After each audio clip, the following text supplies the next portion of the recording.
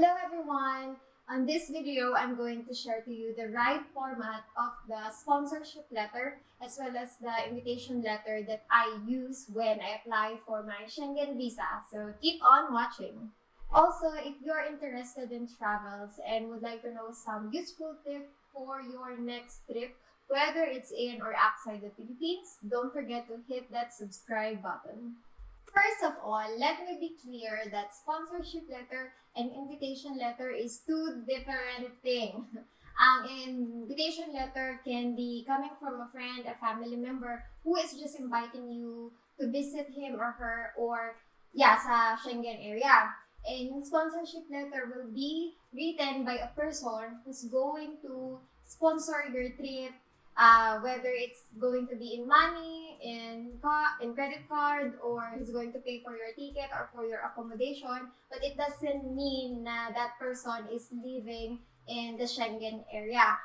Or pwedeng si sponsor is also living in the Philippines, or he's living in US or in Canada, but it doesn't mean na kailangan nakatira din siya sa Europe. As long as he's willing to support your trip, he can be your sponsor. And with the inviting person, of course, that person needs to be living in Europe or in any Schengen area, and that he can kaya niyang patunayan na he is living there legally and he is inviting you as a friend or as a family member. Now, we first go dun sa sponsorship letter. This is very important, guys.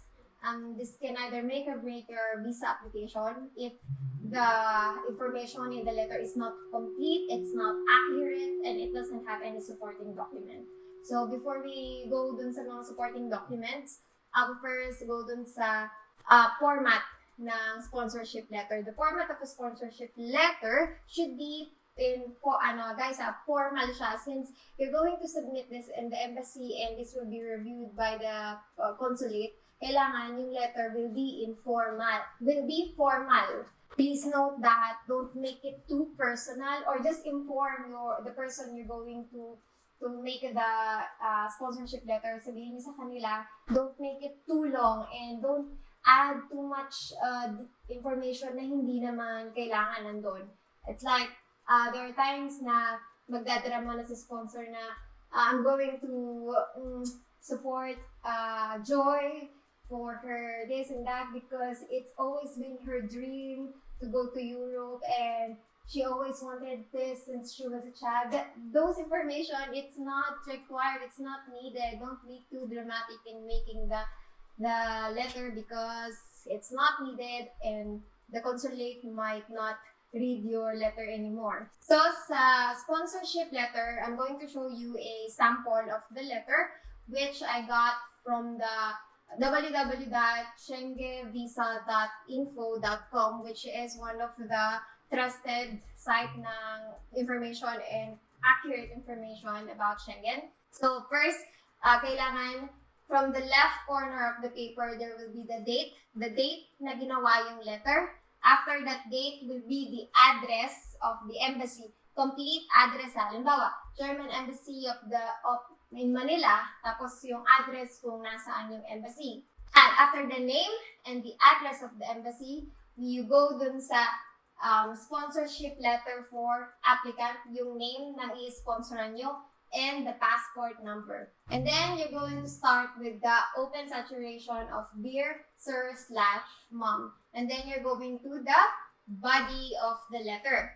Sa first part ng body of the letter nyo, kailangan you give your information, or as a sponsor, you're going to introduce yourself by mentioning your full name, your address, your relationship with the applicant, if you're his brother or sister or mother or your boyfriend. So basic information about you.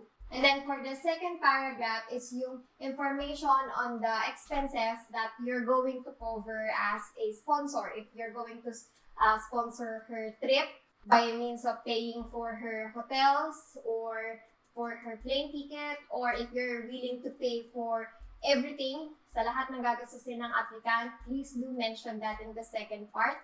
And then on the third part is where you're going to mention the country and the dates that the applicant will be in Schengen. So if your applicant is planning to go to Germany for let's say a month, you need to be very specific na ilagay yung country and then yung date from the day na darating siya ng Schengen until the day that he's going to fly back to the Philippines. And then for the fourth part is don't forget to mention that you have attached the documents or the supporting documents regarding the requirements needed for you as a sponsor. So I have another video regarding the requirements that you guys need to complete or ask your sponsor, and I'm going to have that link in the description below or have it in here.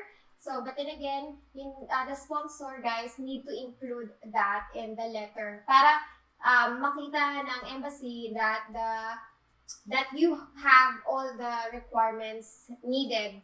Parang halimbawa, ilalagay nila, here are the attached documents required. Sponsor passports, sponsor bank accounts, sponsor proof of rent, something like that. So you all see that in the video that I made previously. And then after that, you can end your letter with kind regards and then the whole name, complete name ng sponsor nyo. And then after the complete name of the sponsor, nandun na yung sponsor home address, phone number, occupation, and lastly, the most important part of the letter is the signature. Guys, please tell your sponsor na napaka-importante ng signature ha, kasi makikita nila if someone just doctor the letter. It would be better if your sponsor will be coming from other countries, let's say US, Canada, or from Schengen, is to have the letter sent to you originally with the signature.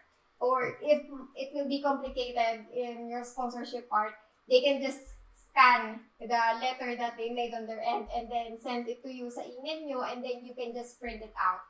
For the sample of the sponsorship letter, I'm going to have a link in the description below to take you directly sa SchengenVisa.info para makita nyo yung sample ng letter na pwede nyo nalang gayahin since it's been approved already and a lot of people are already using that. Now we go to the invitation letter. Invitation letter can be a bit longer compared sa sponsorship letter. So if ever that you do not come back to the Philippines after your Schengen visa expired, they're going to look for the person or the inviting person na minention nyo, since they need to include some of the documents, personal documents nila, since the inviting person again should be living in the Schengen area. So malalaman ng embassy sino yung inviting person na nagkikip sa inyo. So this is the format that my husband followed when he made the invitation letter for me. So we start with the date kung kailan niyo ginawa yung letter. After ng date, name of the embassy where you're going to address the letter. After ng name ng embassy is the address of the embassy where the letter should be submit.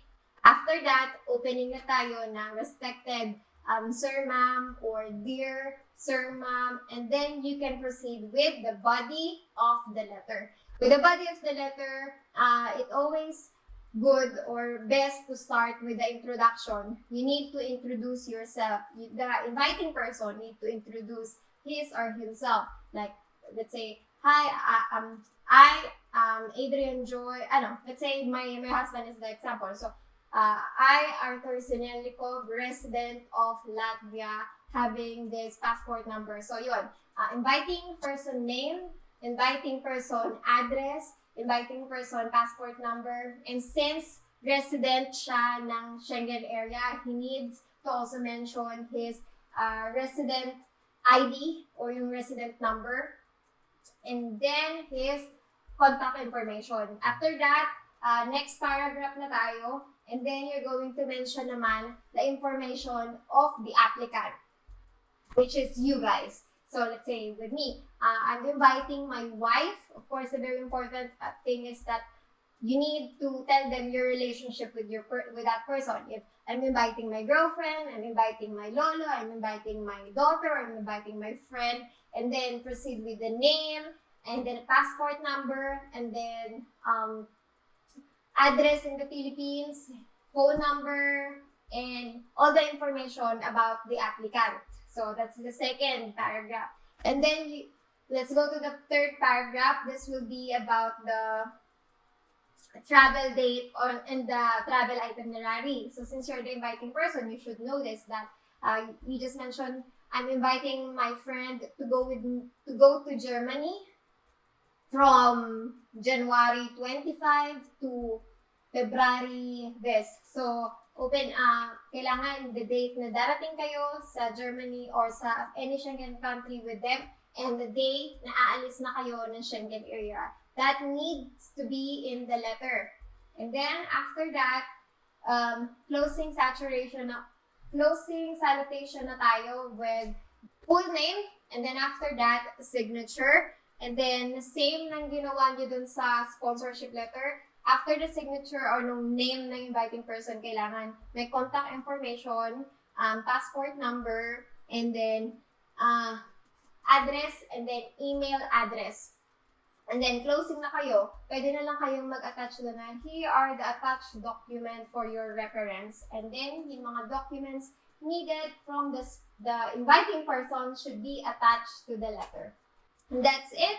I do hope that this information helped you in making your sponsorship and invitation letter. Again, guys, I will have the link ng kung saan nyo pwede makita yung format na minention ko on this video, so you can just copy that. If you really find it difficult to make a sponsorship or invitation letter, you can just copy yung nakalagay dun sa sample email dun sa website. But then again, the sponsorship and invitation letter needs to be correct, guys. And I mean, it should not be that hard, since it will only based din dun sa mga documents na meron kayo. But if you do have some question or some might be confusing, please do let me know. You can have that in the comment section below, or you can email me or message me on our Facebook page.